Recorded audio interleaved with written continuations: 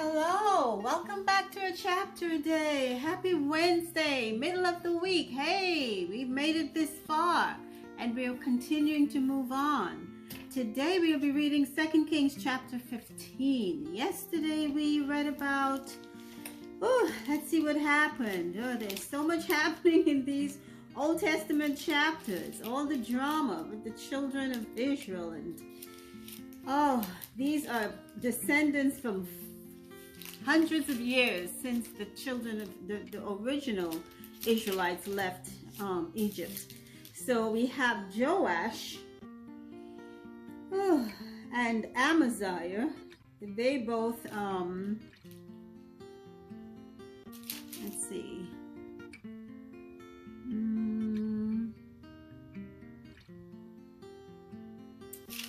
Joash, what did Joash do? Joash. Oh boy, and it seems like I'm not even retaining a lot of this information. Okay, so Amaziah, king of Judah, kind of went in the face of Joash, king of Israel. Israel has 10 tribes. Judah only has 1.5 or 2, you can say. And kind of buff himself up. Hey, so the king of Israel said, you know what, back down. Not because you fought the Edomites and you won. Don't think now you can come up in my face and carry on. I'm saying this in our language.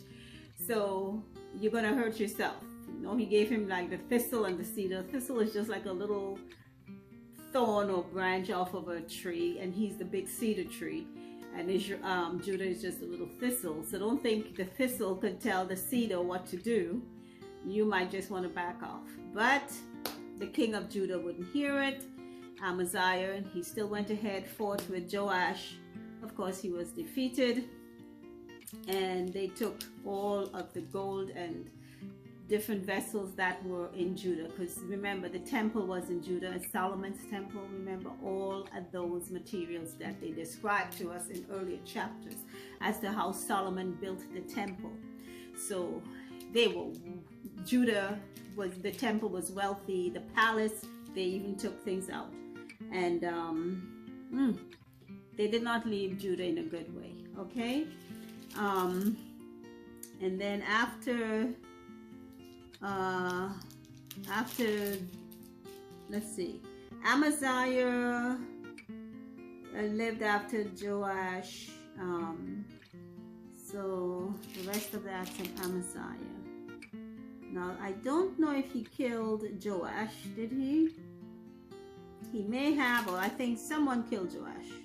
And then Judah was now ruled by someone called Azariah, which I think was the son of Amaziah. So again, it's just passing down from father to son, father to son. Okay, God saw the affliction of Israel. Israel was in a bad way. Syria kept coming after Israel. They were relentless in fighting against the Israelites. Let's see what happens here in chapter 15. In the 27th year of Jeroboam, king of Israel, began Azariah, son of Amaziah, king of Judah, to reign. 16 years old was he when he began to reign. Man, I tell you, today we tell a 16-year-old they are not worth anything. They can't do much. And I think most times these young people, like 8-year-old and 7-year-old Joash, I believe, and some other young boys who were put into ruling, they were not really ruling. They were being advised by other people, and they were on the throne until they could make decisions for themselves. So at 16, I'm sure he had a lot of advisors. Verse 2. 16 years old was he when he began to reign, and he reigned 52 years in Jerusalem. That's a long time. And his mother's name was Jecoliah of Jerusalem. And he did that which was right in the sight of the Lord, according to all that his father Amaziah had done. Save that the high places were not removed, the people sacrificed and burnt incense still on the high places, which seems to be that one. Why can't they move these places of idolatry? That encourages idolatry. They always seem to have kept those places. Verse 5. And the Lord smote the king so that he was a leper until the day of his death. and dwelt in a several house. I guess that's a house separate just for those type of people. And Jotham, the king's son, was over the house, judging the people of the land. Oh my. So Amaziah's son Azariah has taken over at the age of 16. I don't know if he was stricken with leprosy because he did not remove the high places, but he had leprosy and he had to live apart from the people in what they call a several house. Verse 6. And the rest of the acts of Azariah and all that he did, are they not written in the book of the Chronicles of the kings of Judah? So Azariah slept with his fathers, and they buried him with his fathers in the city of David, and Jotham his son reigned in his stead. In the 38th year of Azariah king of Judah, did Zechariah the son of Jeroboam reign over Israel in Samaria 6 months. And he did that which was evil in the sight of the Lord, as his fathers had done. He departed not from the sins of Jeroboam the son of Nebat, who made Israel to sin. Now remember, we heard of Jeroboam's and some terrible things. He encouraged the children of Israel into idolatry, making calves for them to worship. Like I said, the fruits don't fall far from the trees. Verse 10, and Shalom the son of Jabesh conspired against him and smote him before the people and slew him and reigned in his stead. So again, we are seeing there's a lot of assassinations going on. I call it assassinations, but it's relatives. They're all brothers and or servants or some other Israelites killing the people in charge, the kings, for whatever reasons, and putting up whoever they think or taking the positions themselves. Verse 11, and the rest of the acts of Zechariah, behold, they are written in the book of the Chronicles of the kings of Israel. Now remember, some of these names may sound like other people we've heard of, or prophets or whatever, but they're not, okay? They are just different. So they may sound the same, but they're not exactly the same, and they're not the same people either. Verse 12, this was the word of the Lord, which he spake unto Jehu, saying, the sons shall sit on the throne of Israel unto the 4th generation. And so it came to pass. Shallum, the son of Jabesh, began to reign in the 39th year of Uzziah, king of Judah, and he reigned a full month in Samaria.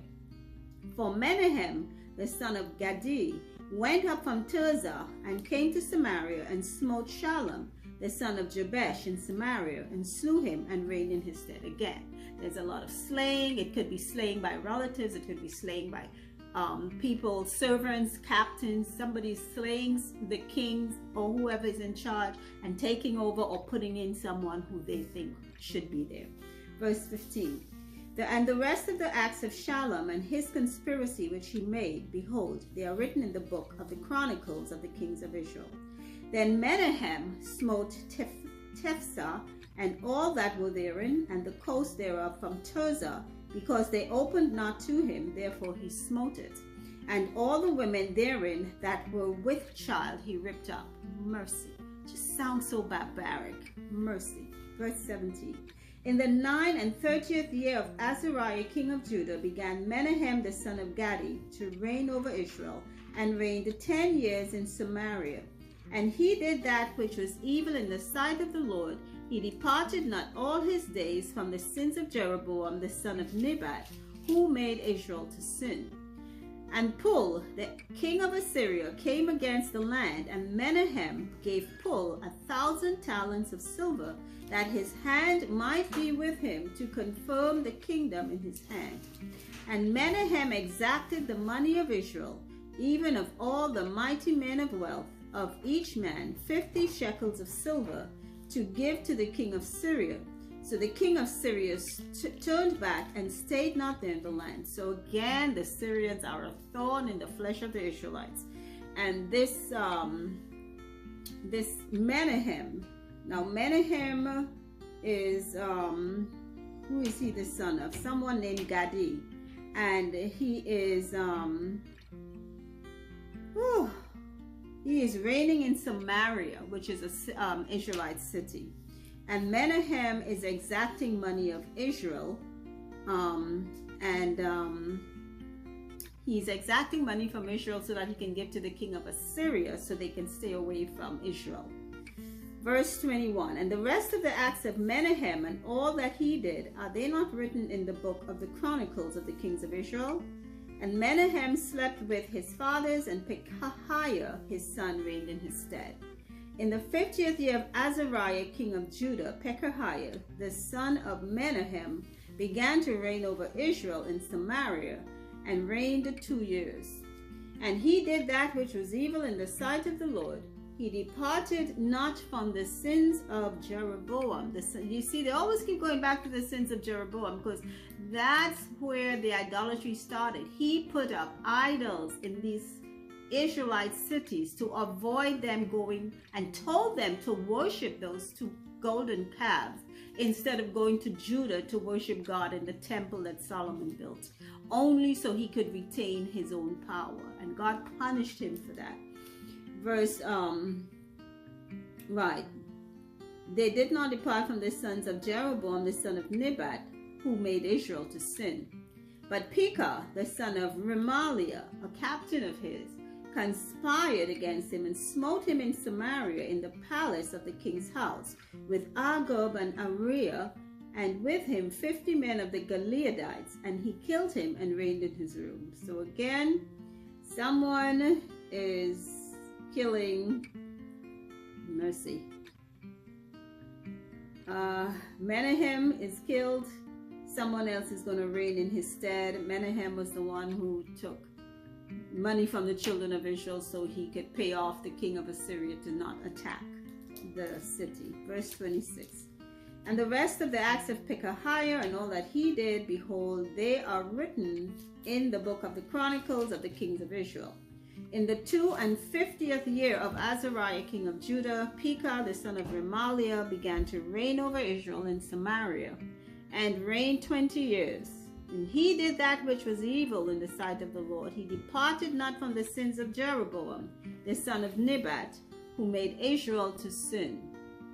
In the days of Pekah king of Israel came Tiglath-Pileser, king of Assyria, and took Ijon, and Abel-Beth-Maachah, and Janoah, and Kadesh, Hazor, Galilee, Galilee, all the land of Naphtali, and carried them captive to Assyria. So this man called Tiglath-Pileser, this king was a terrible king, historically. And he attacked, he was from Assyria, and he attacked all of these nations here. They are all Israelite cities, and carried them captive to Assyria. And this is not just biblical history. This is also, world history, if we read about it. Verse 30. And Hoshea the son of Elah made a conspiracy against Pekah the son of Remaliah, and smote him and slew him, and reigned in his stead in the 20th year of Jotham the son of Uzziah. Again, here we go. Somebody's killing the king or whoever's in charge and taking over. Okay, verse 31. And the rest of the acts of Pekah and all that he did, behold, they are written in the book of the Chronicles of the kings of Israel. In the 2nd year of Pekah, the son of Remaliah, king of Israel, began Jotham, the son of Uzziah, king of Judah, to reign. 25 years old was he when he began to reign, and he reigned 16 years in Jerusalem, and his mother's name was Jerusha, the daughter of Zadok. Okay. So from Pekah, let's see, son of Remaliah, Jotham, the son of Uzziah, king of Judah, began to reign. So we're seeing a lot of switching over of the rulers from Judah to, and Israel. A lot of changes, and some of it is coming because they're being killed by someone in their army, or one of their servants, or a family member, okay? Or from a king, the king of Assyria or Syria. So many changes. I cannot keep up, honestly. Verse 33. 25 years old was he when he began to reign, and he reigned 16 years in Jerusalem, and his mother's name was Jerusha, I think I read that, daughter of Zadok. Verse 34. And he did that which was right in the sight of the Lord. Amen. He did according to all that his father Uzziah had done. Howbeit the high places were not removed. I don't know what's up with these high places, but that's always their nemesis. The people sacrificed and burned incense still in the high places. He built the higher gate of the house of the Lord. Now the acts, or the rest of the acts of Jotham and all that he did, are they not written in the book of the Chronicles of the kings of Judah? In those days the Lord began to send against Judah Rezin, the king of Syria, and Pekah, the son of Remaliah. And Jotham slept to his fathers and was buried with his fathers in the city of David, his father. And Ahaz, his son, reigned in his stead. So, just in this chapter alone, we had like 3 different changes of kings for Israel and Judah, because they were killed by other ones, by other people who took over. So, and it's either they're killing them and have their sons reign, or they're killing them and they're reigning themselves. So it's difficult to keep up with all of these names for all of these different kings. So we still know Judah and Israel are still in existence, and their enemy is still Syria or Assyria. Okay, and that is the end of chapter 15 of 2 Kings. My, so much to remember as far as names go, and I'm not very good at remembering all of those. There's too many changes too quickly mentioned. So we only remember the ones who lasted a long time and did amazing things, like David and Solomon, and maybe Joash, maybe even Jeroboam, he did wrong, Ahab. These are some of the kings of Israel that I would remember. Those other ones like Pekah and who, you know, Jotham, never even heard of him truthfully until I read this. So like everything else in history, there are people who stand out and people who are just passed through, did something maybe of renown, but not that great that it has stuck with us in history. And this is what's happening here. So I'm just going to read through the names, and we're going to move on into other details to see how God brought his children through all the way BC. This is all happening before Jesus has even arrived on the face of the earth. That's why we needed Jesus, because of all this madness that's been happening here with the children of Israel. Thank you again for listening. Again, I'm trying to do a little something different. It's not too much different. I'm reading, so I have to be still unless I walk around and read, but maybe we'll work on that some other time. So that's it for today, and until our next reading, remember to keep listening, because faith comes when we hear God's word. Take care. Bye.